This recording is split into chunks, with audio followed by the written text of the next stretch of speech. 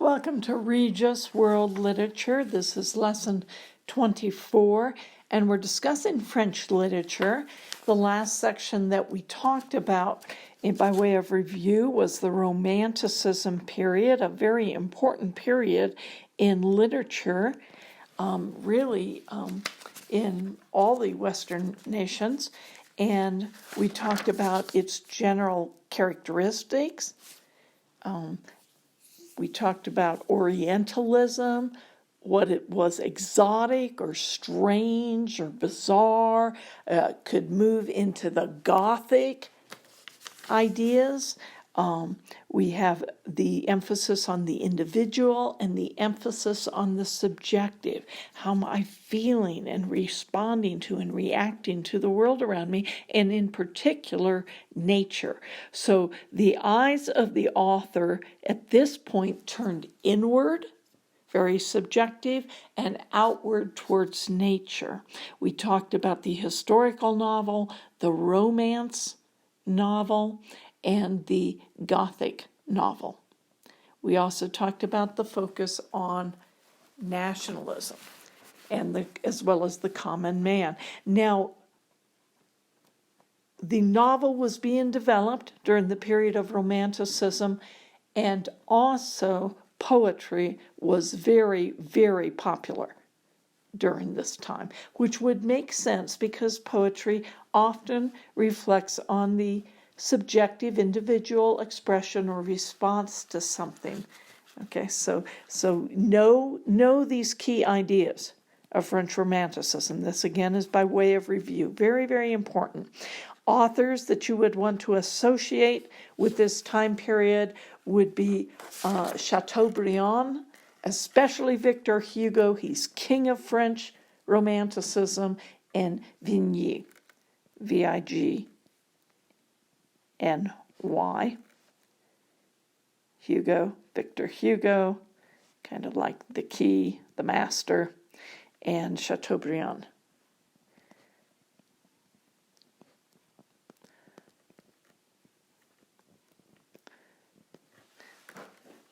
Alexandre Dumas, the father, Père, right?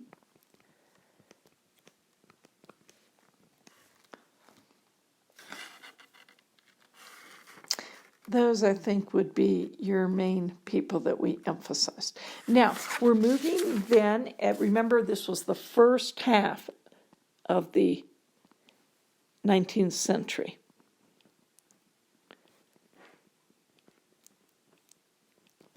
Now we're moving today then into the second half of the 19th century, which is going to be characterized by several more periods. We're going to think about realism, naturalism, Parnasse, and then we're going to be starting to move into the 20th century. Okay, so realism is our first period then of the second half of the 19th century, the 1800s, realism. First, we want to understand the general characteristics, and then we want to associate it with certain individuals and certain works.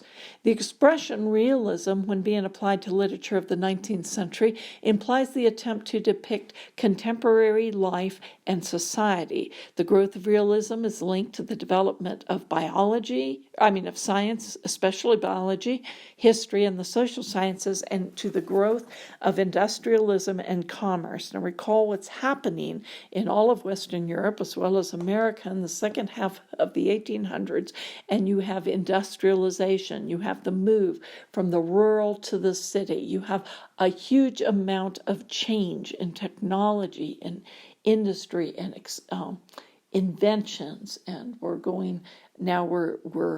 having electricity in the home, and we're having light in the home, and we're having all kinds of fast changes in society. Okay, by the end of this time, we're having the automobile and the airplane, and so it's a huge shift. And with that shift, the best thing I could say is we are having extreme growth pains Everywhere this is happening. And so you get this even accentuated. Now, granted, France, more than England, even more than England, and even more than America, especially more than America, was very class divided. Okay? And so you have that, the wealthy, that strong distinction between the wealthy and the poor, and class divided between the noble, the bourgeoisie, and the nobility, and the common person, which was very much, maybe perhaps not too strong to say despised in a lot of this time during French culture. And of course, the French Revolution was an attempt to overthrow that and had its horrors on the rebound there. So, but realism literature now focuses in a new direction. It is not so much the style that we're interested in, though I would say the style tends to be non-embellished, and in that sense realistic, okay, and straightforward, okay, that would be another synonym to that, and particularly the view is on the common man, the struggling man, meaning the often we're talking, whether it be in England or in America or in Europe or in France, we're talking about the poor in society. You're talking about parts of society like war that we've not talked about before, like the inner city, like crime. Think of Dickens. He would be a good person to put in your mind when you're thinking of realism literature.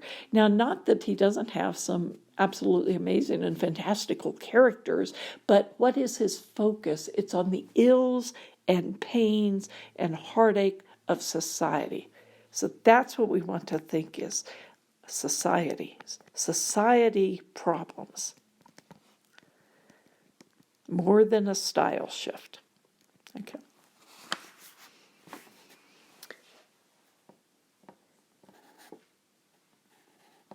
When we're thinking of authors, and I'll put the authors and their works together,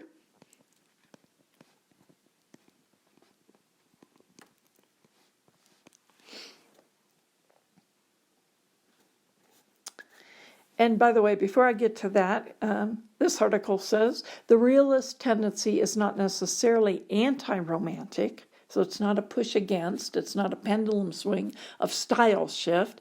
Romanticism in France often affirmed the common man and the natural setting, two things we would have seen in Romanticism, as in the peasant stories of George Sand, and concerned itself with historical forces and periods, as in the work of historian Joseph Michelet. Now, of course, historians would definitely focus on periods. So. Now, the novels of Stendhal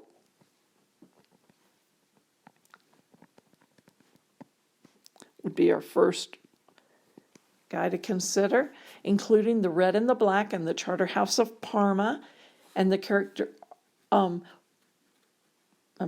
address issues of their contemporary society while also using themes and characters derived from the Romantic movement. So you're going to get some blend here, but the push is to thinking about society. Okay, that's what you want to keep in mind. Now let me write down his titles, most popular titles.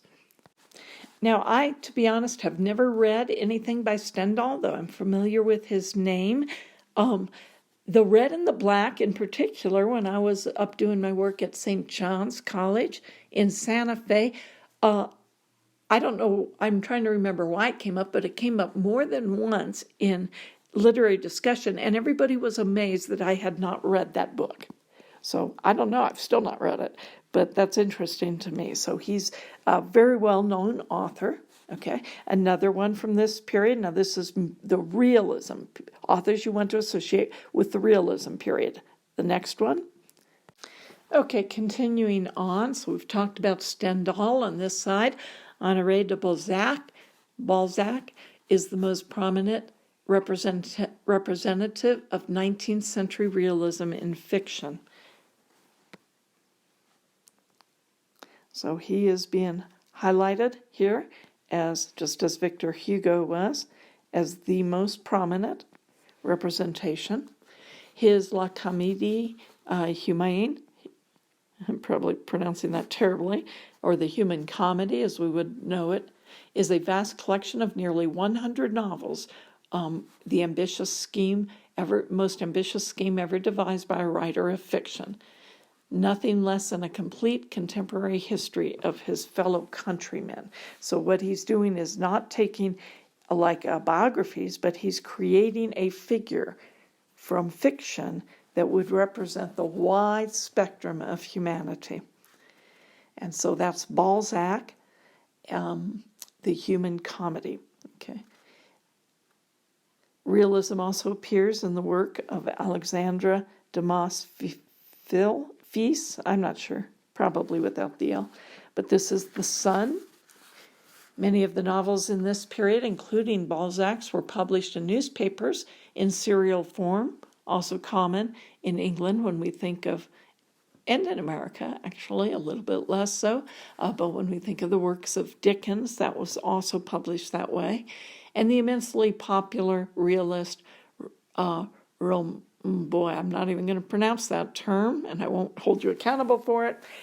But a certain type of realism tended to specialize in portraying the hidden side of urban life, crime, police, spies, criminal slang, etc., as exhibited in the novels of Eugene Sue, who I will not ask you to know.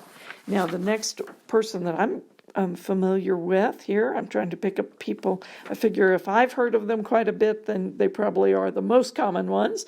Gustaf Flavia, his great novel, Madame Bovary, probably also mispronounced, which reveals the tragic consequences of Romanticism on the wife of a provincial doctor. So it just kind of seems like an intriguing theme in a way, because what this is doing in his is it's picking up, if we tend to fill our mind with that romanticized view of life, could that have some negative effects? Now, I've not read that work, though I'm certainly have heard of it.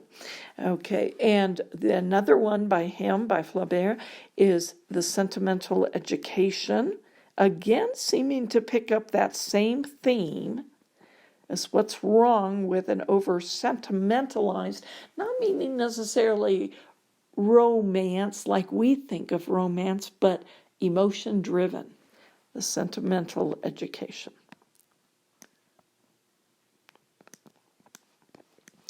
And of course, that was a direct rebound from the very cerebral, intellectual period in the 1700s, right?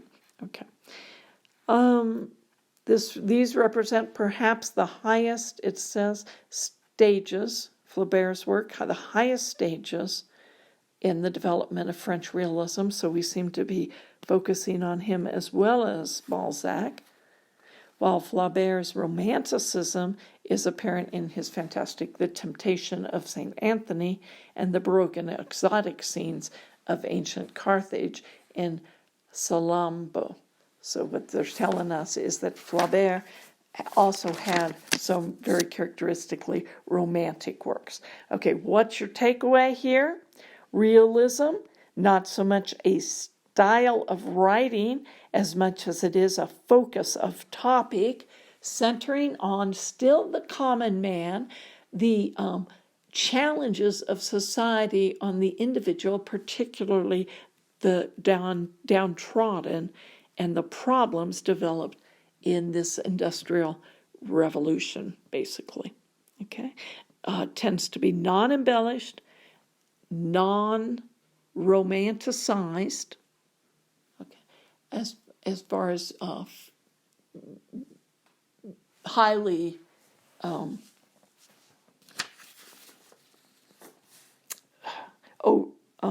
I'm trying to search for the word I'm really wanting here. It's not going to be overtly extreme, okay, in the way it's portrayed, though I'm pushing against that a little because sometimes you can have, like, again, I go back to Dickens, some pretty fantastical characters in the middle of it. But what are his overarching themes?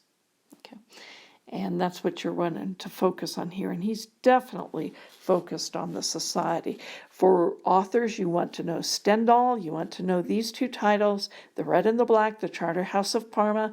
You want to know a very significant, maybe the most significant author of the period would be Balzac, and the second most significant or highly representative author of French Realism would be Flaubert. Okay, and so you're thinking of The Human Comedy by Balzac, you're thinking of Madame Bovary by Flaubert, and then you are also know Sentimental Education, and notice that Dumas' son is part of the Realism period. And that will be all I'll ask you to know here. Make sure you copy, of course, these notes and get them in your notebook so that you can continue to study them.